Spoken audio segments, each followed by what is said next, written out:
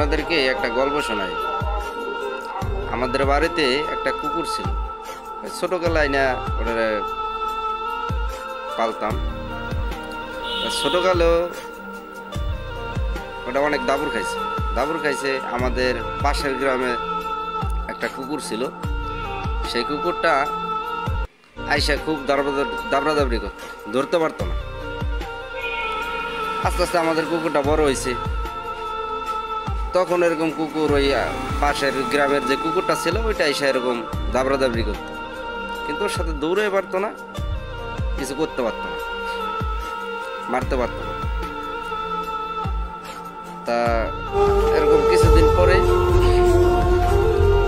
শুয়ে রয়েছে, পাশের গ্রামে যে কুকুরটা ছিল ওইটা আরো 4-5টা কুকুর নিয়ে তারপরে হঠাৎ আইসা আমাদের এই কুকুরটাকে দাবড়াইয়া নিয়ে কামড়ানোর পরে সেই কুকুরটা পরে বাড়ি চলে আসে, কামড় টামড় খাইয়া আসার পরে আস্তে আস্তে ওই কুকুরটা মারা গেছে। এখন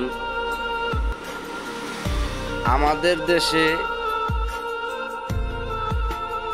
পানি দিয়া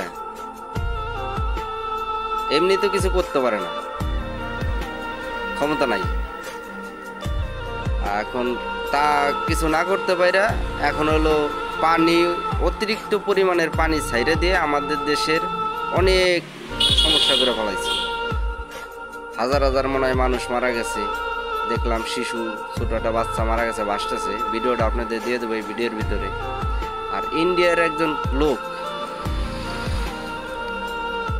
ওই লোক আমাদের ওরা বাদ যখন ছাড়ে তখন বলছে যে তোদেরকে পানি দিয়ে মাইরে ফেলাবো, আর পাকিস্তান রে ওরা পানি না দিয়ে মারবি, এই কথা বলছে ইন্ডিয়ার লোক। তা আমি সরকারের কাছে আবেদন জানাই, বর্তমান যে সরকার আছে ডক্টর ইউনূস, আমাদের দেশের যত প্রকল্প আছে সব বাদ দিয়ে আমাদের ইন্ডিয়া থেকে আমাদের দেশে যে পরিমাণ, যে জায়গা দিয়ে পানি আসে প্রত্যেকটা জায়গায় বাঁধ নির্মাণ করতে হবে।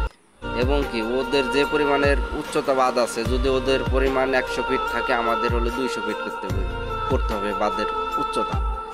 আর যদি ওদের থাকে 200, আমাদের করতে হবে 400। ওরা যেন পানি ছাইরা আমাদের দেশে পানি দিয়ে ক্ষতিগ্রস্ত না হয়, আমাদের ক্ষতি না করতে পারে। ওদের মুখ থেকে ইলিশ মাছ কাইরে নেওয়া হয়েছে মানে আমাদেরটা আমরাই রেখে দিছি, ওদেরকে দেবো না। ওরা হলো জ্বলতেছে, এই কারণে আমাদের সাথে অনেক শত্রুতা করতেছে, আমাদের দেশের ক্ষতি করতেছে।